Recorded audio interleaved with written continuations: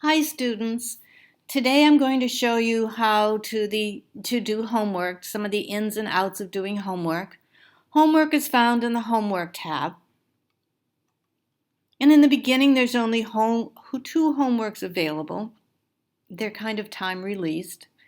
I'd like to look at homework 2 because it has a lot of stuff going on in it. And I'm going to jump into problem 16. So problem 16 shows us 51 data values for people in the country, and we're asked to find the mean and median. So we could do that by hand, or we could use our statistical calculator. But the question is, how do you get stuff into the statistical calculator? You're going to click on this little icon, which says Open in StatCrunch. And it's magic. There in the first column are all of the data values.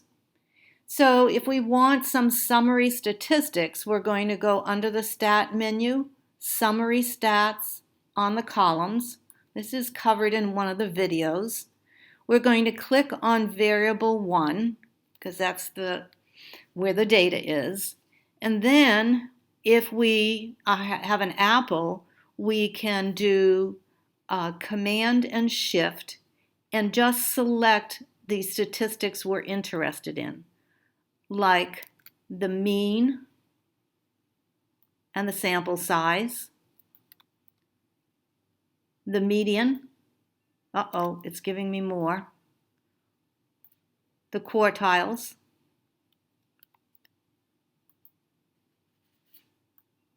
and the interquartile range, and none of that. But I would like to pick up the sample size and the mean. So it's giving me more than I wanted.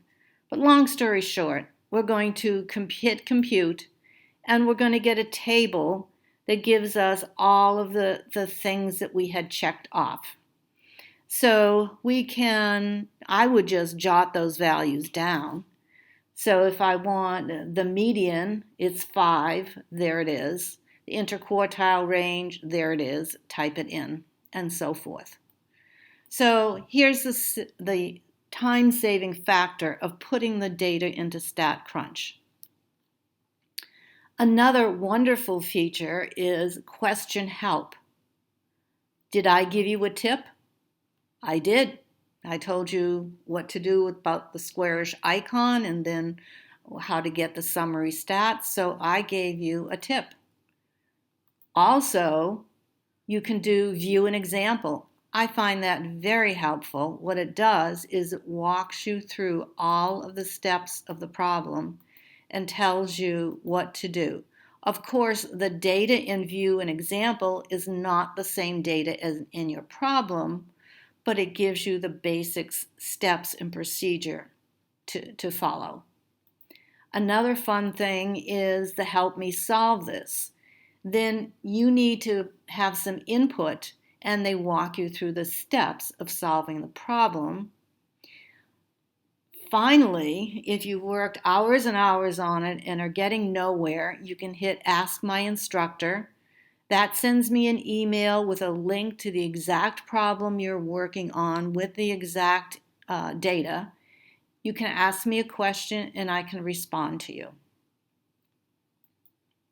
Okay, so I think I've hit the big idea on homework.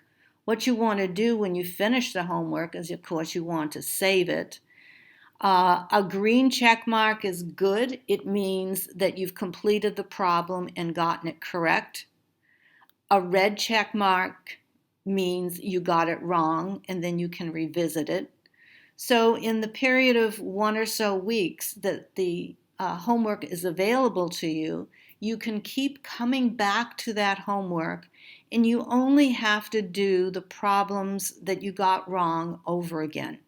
And you can access the homework many, many times. Actually, I think it's 99 times during the period that the homework is available. And it does remind you of the due dates. So I think I've hit all the big ideas.